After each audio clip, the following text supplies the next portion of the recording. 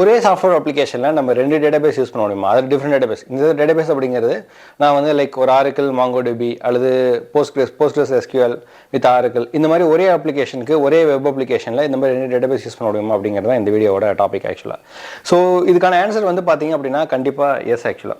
So ஒரே டேட்டாபேஸில் ஒரே அப்ளிகேஷனுக்கு நமக்கு ரெண்டு டேட்டாபேஸ் தேவைப்படும் போது கண்டிப்பாக நம்ம யூஸ் பண்ணிக்கலாம். பட் இது எந்த மாதிரி சுச்சுவேஷனில் யூஸ் பண்ணுவாங்கன்னு பார்த்தீங்க அப்படின்னா ரொம்ப பெரிய அப்ளிகேஷன், ரொம்ப பெரிய வெப் அப்ளிகேஷன் இருக்குது, நிறைய யூசர் ரெக்கார்ட்ஸ் இருக்குது, நிறைய டேட்டா இருக்குது அப்படின்னா அதை வந்து கரெக்டாக ப்ராசஸ் பண்ணுறதுக்கு இந்த மாதிரி 2 டேட்டாபேஸ் கண்டிப்பாக நிறைய அப்ளிகேஷன்ஸ் யூஸ் பண்ணுவாங்க. ஸோ ஃபார் எக்ஸாம்பிள் வந்து பார்த்தீங்க அப்படின்னா இப்போ ரீசெண்டாக நான் ஒரு ஃபினான்ஷியல் அப்ளிகேஷன் ஒர்க் பண்ணேன். அது ஒரு யூஎஸ் பேஸ்டு கம்பெனி ஆக்சுவலாக. ஷேர் மார்க்கெட்டில் இருக்க ஒரு trading one of the best trading company ஆக்சுவலாக அவங்க. ஸோ அவங்க வந்து பார்த்தீங்க அப்படின்னா டெய்லியுமே எல்லா கண்ட்ரியில் இருக்கும் ஷேர் மார்க்கெட்டோட ரெக்கார்ட்ஸை வந்து டெய்லியும் அவங்களுக்கு வந்துகிட்டே இருக்கும். அப்போ ஒரு நாளைக்கு வந்து பார்த்தீங்கன்னா கிட்டத்தட்ட ஒரு 7 crore 8 crore டேட்டா வந்து வரும் ஆக்சுவலாக.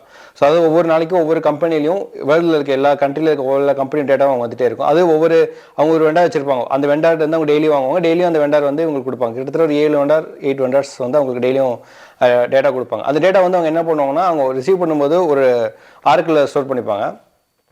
அந்த கம்பெனியில் வந்து பார்த்தீங்கன்னா கிட்டத்தட்ட ஒரு 8-9 ப்ராஜெக்ட் இருக்கும் அந்த டேட்டா வந்து ப்ராசஸ் பண்ணுறதுக்கு.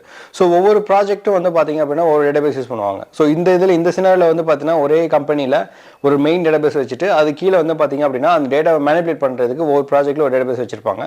ஸோ இந்த மெயின் டேட்டாபேஸ் அப்படிங்கிறது ஐ திங்க் அந்த டேட்டா ரிசீவ் பண்ணுறதுக்கு அவங்க மாங்கோடிபி யூஸ் பண்ணுவாங்க. டேட்டா மேனிபுலேஷன் பண்ணி ஸ்டோர் பண்ணுறதுக்கு அவங்க வந்து ஆரக்கிள் யூஸ் பண்ணுவாங்க. ஸோ அதே போல் ஒவ்வொரு ஏற்கனவே சொன்ன மாதிரி ஸோ இந்த மாதிரி நிறைய கான்செப்ட் இருக்குது. இதே எல்லா அப்ளிகேஷனுக்கு தேவைப்படுமா அப்படின்னா அது வந்து கிடையாது. ஏன் அப்படின்னு பார்த்தீங்க அப்படின்னா ரொம்ப சின்ன அப்ளிகேஷனுக்கு இந்த கான்செப்ட் தேவை கிடையாது.